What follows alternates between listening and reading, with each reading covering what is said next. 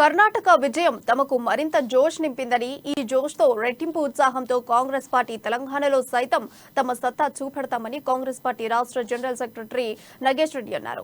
నిజామాబాద్ జిల్లాలో 5కి 5 అసెంబ్లీ స్థానాలు గెలిచి తీరుతామని కాంగ్రెస్ పార్టీ రాష్ట్ర జనరల్ సెక్రటరీ నగేష్ రెడ్డి తెలిపారు. ఎన్నికలు సమీపిస్తున్న వేళ పార్టీ వీడిన నాయకులు సైతం మళ్లీ పార్టీలోకి వచ్చేందుకు రెడీ అవుతున్నారని, రానున్న ఎన్నికల్లో తెలంగాణలో తమ ప్రభుత్వం ఏర్పడటం ఖాయమని అంటున్న నగేష్ రెడ్డితో మా ప్రతినిధి నవీన్ ఫేస్ టు ఫేస్.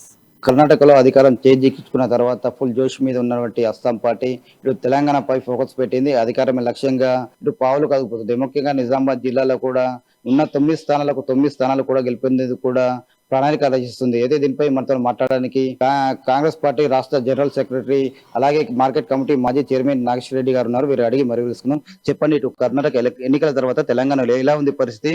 ఇంతకు ముందు ఎలా ఉంది, ఇప్పుడు ఎలా ఉంది? ముందుగా న్యూస్ ఛానల్ నమస్తే, అమ్మ ఛానల్ వారికి.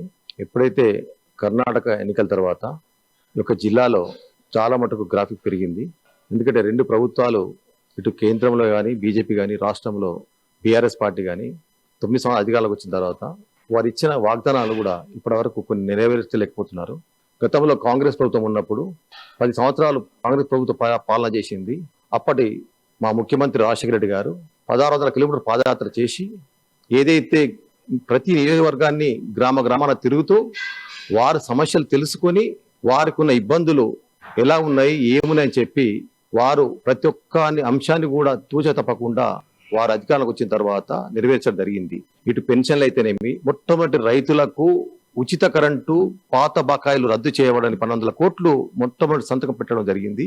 ఇటు రైతులకు ఉచిత విద్యుత్ అయితేనేమి, పాత బకాయిలు అయితేనేమి, ఏదైతే గ్రామాల్లో ఉన్న అన్ని వర్గాలకు సంబంధించిన అట్టడుగు ఉన్న మహిళలకు వృద్ధులకు పెన్షన్ ఇవ్వడం జరిగింది.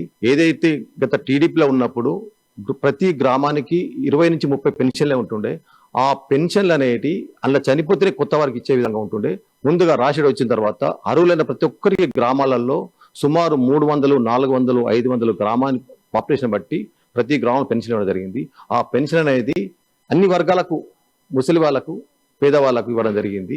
ఫార్వర్డ్ క్లాస్ ఉన్న పేదవాళ్ళకు కూడా ఇవ్వడం జరిగింది. ఈ విధంగా కింది నుంచి పడితే పైకి వారు కూడా ఈ యొక్క పెన్షన్ ఇచ్చి ఆదుకున్న ప్రభుత్వం రాష్ట్ర ప్రభుత్వం అప్పట్లో. మరి అదే పెన్షన్ ఇప్పుడు అదే కంటిన్యూ జరుగుతున్నది. అంతే తప్ప ఈ కొత్తగా కేసీఆర్ గాని కేంద్రం గాని ఏమి ఇచ్చిన పెన్షన్ ఏమి లేవు.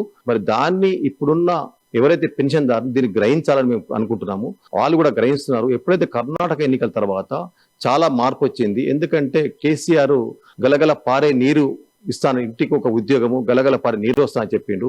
మరి మా రూరల్ నియోజకవర్గం చూస్తుంటే మాత్రము ఏదైతే రాజశేఖర నాడు ప్రాణత చేపల ప్రాజెక్టు అప్పుడున్న 36,000 కోట్లతో ఒక ప్రాజెక్ట్ తీసుకొచ్చారు. అది ఉత్తర తెలంగాణలో 6 జిల్లాలకు వచ్చేది ఉండే పాత జిల్లాలలో. మరి అటువంటి ప్రాజెక్టును వీరు ఈ కేసీఆర్ వచ్చిన తర్వాత దాన్ని రీడిజైన్ అని చెప్పి సుమారు 1,50,000 కోట్లు ఖర్చు పెట్టి దాన్ని ఇప్పటి వరకు కూడా మా 2021 ప్యాకేజ్ యొక్క నిజామాబాద్ జిల్లాకు వచ్చేది ఉండే. మరి అప్పుడున్న పెద్దలు సురేష్ రెడ్డి గారు మంత్రిగా ఉన్నప్పుడు మా యొక్క 2021 ప్యాకేజీకు 900 కోట్లు ఖర్చు పెట్టి మంచిపాటు మాసన వరకు చాలా వరకు 900 కోట్లు ఖర్చు పెట్టి చేసి ఒక దశకు తీసుకొచ్చారు.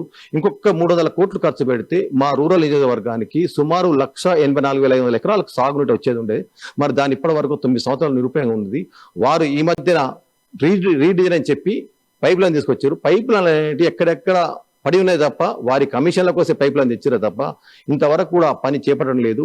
అప్పుడున్న స్వర్గీయులైన గంగారెడ్డి గారు కానీ మాకు యొక్క నిజామాబాద్ జిల్లాకు ఏదైతే పెన్షన్ ఆఫీస్ ఇవ్వడం జరిగింది, ఏదైతే బీడీ కార్మికులకు చాలా మటుకు పెన్షన్ అనేది బీడీ కార్మికులకు వస్తుంది. నిజామాబాద్ రూరల్ లో ఎలాంటి అభివృద్ధి కార్యక్రమాలు కూడా జరగలేవు అని చెప్పి అక్కడ తమకంటూ ఒక వర్గం గట్టి బలం కూడా ఉందని చెప్పి చెప్తున్నారు. ఖచ్చితంగా నిజామాబాద్ రూరల్ లో కూడా తమ ఇటు అస్సాం జెండా ఎగిరేసి తీరుతామని చెప్పి కూడా చెప్తున్న పరిస్థితి పత్రిక కనిపిస్తుంది. కెమెరామెన్ మైపాల్తో నవీన్, అమ్మాన్స్, నిజామాబాద్.